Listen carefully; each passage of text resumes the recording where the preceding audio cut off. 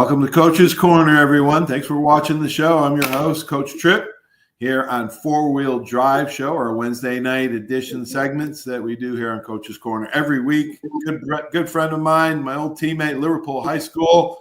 To my left, Bill Pendock. Billy, thanks for joining, buddy.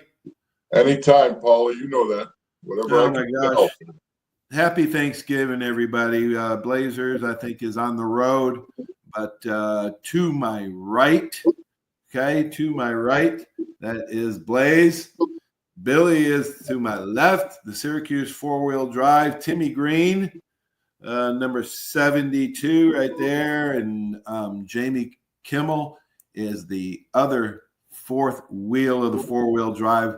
And we talk about everything on this show. We talk about coaching, players, virtues, characteristics, all that stuff. But since it's Thanksgiving, we're going to give a shout out to the military and salute the military this week. Here on Coach's Corner, we try to inspire and educate the mind to think, heart to feel, and the body to act. And let's give a shout out to all of our personnel. It's really close to you, Billy. Your daughter. Yeah, your daughter. Okay. Natalie, is it Carleo? Yeah, Carleo. Yeah. Carleo. Her and her husband are Marines. And they've been in there for 15 years almost? Yeah, she's been in a while. He's coming up on retirement. He's been in a lifetime, and they're both ranking up Marines, and they're stationed in Carolina right now. He's overseas back and forth, Wow, good for them, man. A lot of people can't make it home for Thanksgiving, especially our military personnel. Absolutely. We salute them. I mean, Forrest Sibley, my friend's son, who I knew well. Thank you for the ultimate sacrifice, Forrest. Rest in peace, my friend. Shout out to Keegan Lowry, active duty Army. Zach, my son's one of his best friends. And we talked about your daughter, Natalie, in the Marines. And Angie, her four boys have military experience. So all of them. My dad was a Marine in World War II. Uncle in the Navy, cousin in the Navy.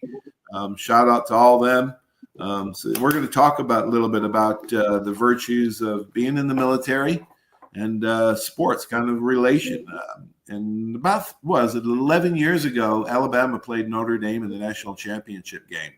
And I want to read you a little article, everybody, from Hill Goodspeed. He's an historian at the Pensacola Museum Naval Aviation. And he wrote this article, really interesting. He's a great guy, but think about this, okay? On the fields of friendly strife are sown the seeds that on other days and other fields will bear the fruits of victory, unquote. That was how General Douglas MacArthur equated athletic competition with the profession of arms. During World War II, the Navy believed the physical training, teamwork, and positive morale inherent in athletic competition was beneficial when training naval aviators, prompting the inclusion of sports programs at pre-flight schools established at colleges and universities. The Navy combed the ranks of college coaching staffs. Among those commissioned were two legendary coaches in the history of the teams playing for that year's national championship. Paul W. Bryant of Alabama and Frank Leahy of Notre Dame. Bryant was the first to enlist, and I'll tell you the story after this article, how he enlisted and when he did it and how he did it. Okay? Bryant was the first to enlist, joining the Navy shortly after hearing the news of Pearl Harbor. His first duty station was the University of Georgia. By virtue of the fact that many former college players and professionals entered the naval service during the war, these teams were instant powerhouses. Bryant served as an assistant coach for the Georgia pre-flight Skycrackers. That's right, the Skycrackers, who in the fall of 1942 competed with a record of 7-1-1 with victories over Alabama, Auburn, and LSU. Wow. Following the season, Bryant shipped out for service in North Africa, tasked with the physical training of pilots and air crewmen. He also received collateral duty in charge of supporting maintenance on airplanes. In 1944, when Commander Magruder H. Tuttle was assigned to Naval Air Station Tuxant River, Maryland, Bryant asked for a return favor in those extra duties. Hearing the administrative office at Patuxent River was responsible for assigning students from east of the Mississippi River to pre-flight schools, he asked Tuttle might use his influence in order to get football players at the University of North Carolina, where Bryant was the assistant coach for the football team, the Cloudbursts. That's right, the Cloudbursts, North Carolina Cloudbursts. When the war ended, Bryant started his first head coaching job at Maryland. A core group of his first team was from Chapel Hill. Word of Notre Dame coach Frank Leahy's commissioning drew much more attention than Bryant's because he was already a famous coach, having won a national championship in 1943. In the spring of 44, Lieutenant Leahy received orders to the Pacific, where he directed athletic activity for submarine crews returning Pearl Harbor in the war patrols. Like Bryant, Leahy used this time to build a foundation, return to college coaching. Ensign George Connor, an All-American at Holy Cross before joining the service, recalled a staff car pulling up to him in the street one day, and the driver indicating that Leahy wished to see him at the Royal Hawaiian Hotel. The rest and Rehabilitation Center for Submarine Crews. There, he recruited Connor to play out the rest of his college days at Notre Dame. In 1945, Leahy returned from the Pacific and following discharge, resumed his duties coaching Notre Dame, winning 3 more national titles. The 46 team was led by quarterback Johnny Lujack. The future Heisman Trophy winner had, like his coach, left Notre Dame for a time to serve overseas as an officer in the Navy. Returning from the war, they added to all the university's gridiron tradition, also including former Lieutenant Commander Paul W. Bryant. Wow, Billy. Coach Bryant talked a lot about military leaders. He'd come in every day and had a letter, an article, a newspaper note, something from somebody, and he would, try to relate football to life and life lessons. But he would use the military a lot, and he learned a lot in the military. Right. He also learned, when he was stationed in Africa. You know how it is. Your daughter knows how it is. Military duty is 99% boring and 1% chaos. Yeah. So he was bored over there on watch duty, and he was observing these huge piles of ant piles, and he was observing them so closely, nothing else to do. He found that no ant ever watched another ant work. So he designed his practices just like the ants did. That nobody was idle, always moving, something going on. I'll tell you, there's a lot of similarities, like you're saying. You talk about endless similarities between any military and any well-organized football team. I mean, you look at the two of them, the way a commander runs a military and the way a head coach runs a well-organized team. Now, and you look now at what's going on with a lot of these schools now, there's a lot of them are doing early mini camps at military bases now. I don't know if you've been, up here at Syracuse, he goes up to Fort Drum every year. I mean, the past 4 or 5 coaches spent at least a week or 2 weeks up there with some kind of military affiliated training. Oh, wow! It's so close to hand in hand with the way you're progressed and the way you're brought through in the early part of your training. It's like structure. They give you such structure. The discipline is almost identical. I mean that's the biggest thing that's lacking in all aspects of not only sports, but a lot of our military now has kind of dropped down a little bit as far as that hardcore discipline. It's more of an easier way through now. Yeah, and I think it hurts. I think it hurts. I know sports programs have gone down a little bit. Obviously, they have up in upstate New York, but they don't get the attendance or support. Even the participation is down here in extracurricular activities, sports-wise as well. Now, I've had some special force guys tell me that their pool to choose from is not as sharp as it used to be because of the lack of, because they get a lot of former ball players playing in the military. Let's take, for example, one of my heroes, one of my guys that I always looked up to for courage, uncommon valor, is Pat Tillman. Pat Tillman left millions of dollars on the table with 2 little kids and a wife to go and fight for his country after 9/11. Who does that? Not many.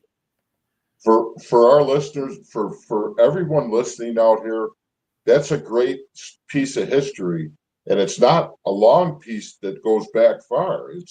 It's a very, very piece of history that most of even the younger kids almost can remember, and something everyone should read up on and find out the true story about just somebody that cashed in everything to go, that tells what's inside here, Right. So, right.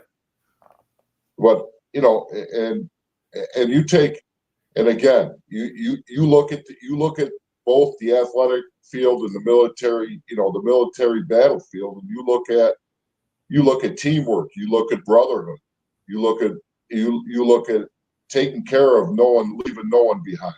Right. Even, I mean, the stuff that goes on is so close and I never came from a military family.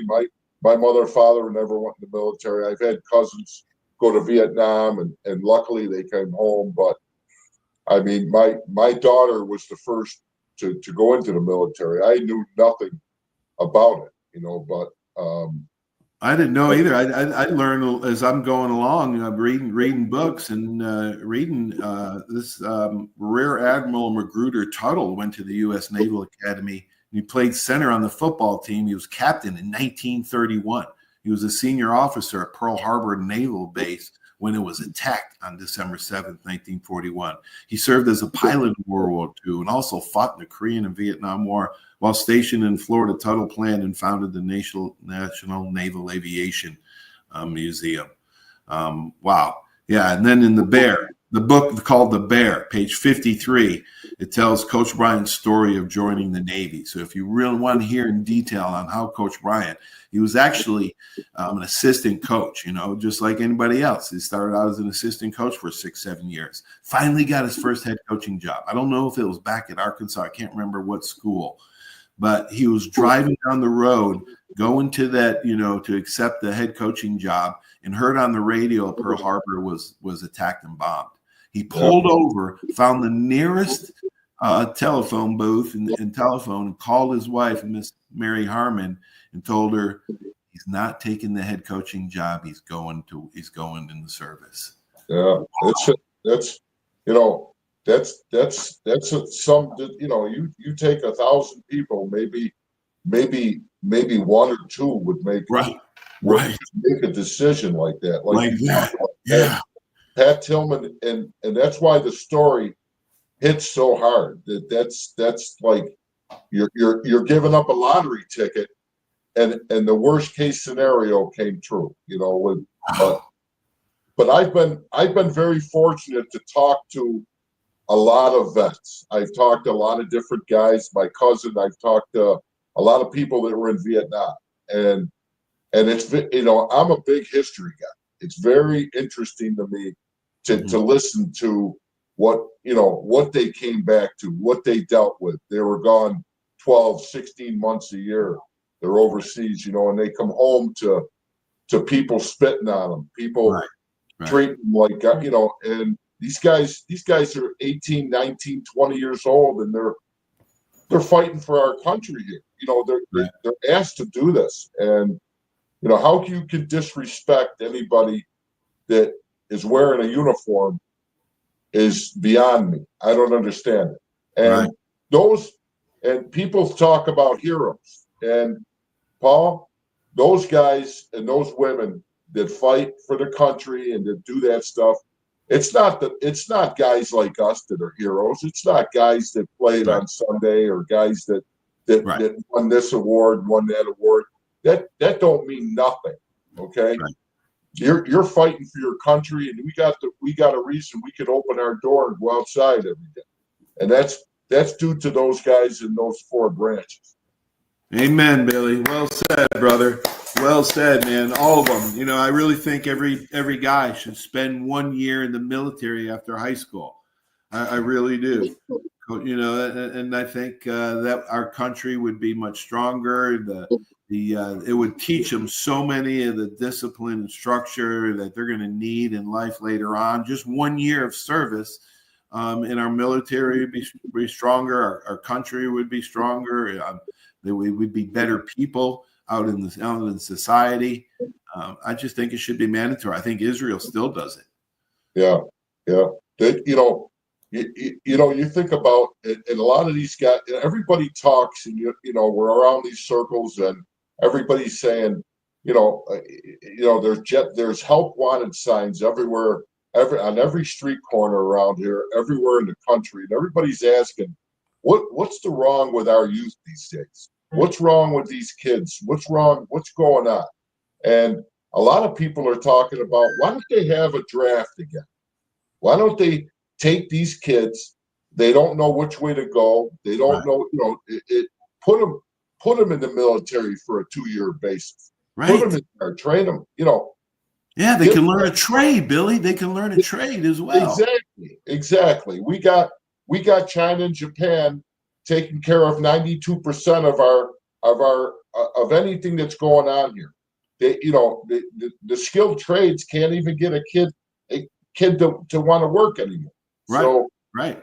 And I go back every time to that lack of discipline and lack of structure with these kids. And I don't think it's from just the parents. I think it's from society. And society is parents, Billy. I think if a kid doesn't know which way he wants to go, that's a great way to you put them in one of the branches, the Army, Navy, Air Force, Marines, whatever, and it gives them a little bit of a push and a way he can see forward. Right. You try different things, and eventually you're gonna have a passion and like something if you try enough. At least you're gonna come out with a respect and a discipline for your fellow man. Okay. Right.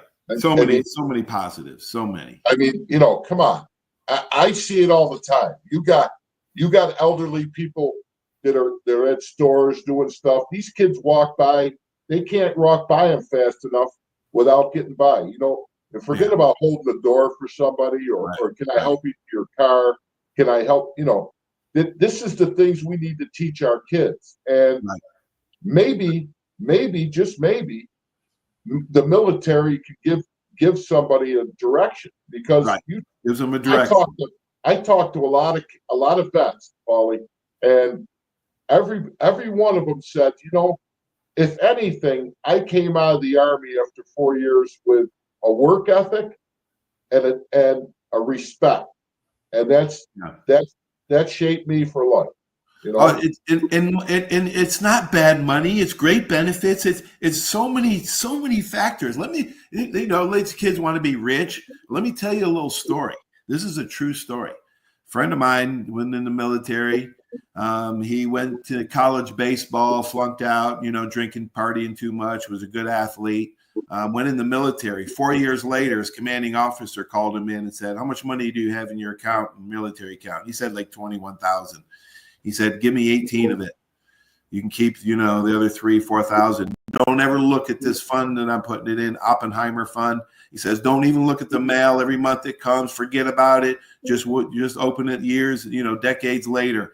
Well, about 25, 30 years later, his brother was a financial analyst, and he took his advice from his commanding officer. Never opened any of the letters from that. He come out, they opened the letter. He had $2.3 million in there. Yeah. Hey. Now he would have never been wealthy at 50 years old if he didn't go in the military and listen to his commanding officer. But he trusted him. And those are another things. You get to trust other people. Okay. It's harder to do. Doubt is a lower instinct. trust is a higher instinct, but it's more difficult to do. So, yeah. And I can tell you, I don't think the military or any branch is right for everybody. Now, there are different, sports, you take the sports way, you take the military way, at least you're getting a start when you're in that 17, 18, 19 range to give you direction. Right. And I just, it's a big thing for me that people don't look back at our history. They're trying to abolish some of the things that were in our history. And I think it's just a bunch of horseshit, because that's what made our country. This was fought for land, and that's what it was, All right. Billy, give a hand to our military personnel, your daughter including, your son-in-law, man, and all of our relatives and Angie's boys, all, my relatives, my dad, all of them that have served him. Some of them, like Forrest Sibley here in Pensacola, giving the ultimate sacrifice for his life. Yeah. Thanks, Billy. Love you, man. Have a great Thanksgiving. I'm thankful for you guys. Have a good Thanksgiving, everybody. Paulie, I'll talk to you soon. Okay, buddy. So long. That was awesome. Billy Pendock, hey, thanks for watching Four-Wheel Drive Blazers on the road. Everybody have a great Thanksgiving. Hope you eat some turkey and fall asleep watching football. Talk to y'all soon. So long.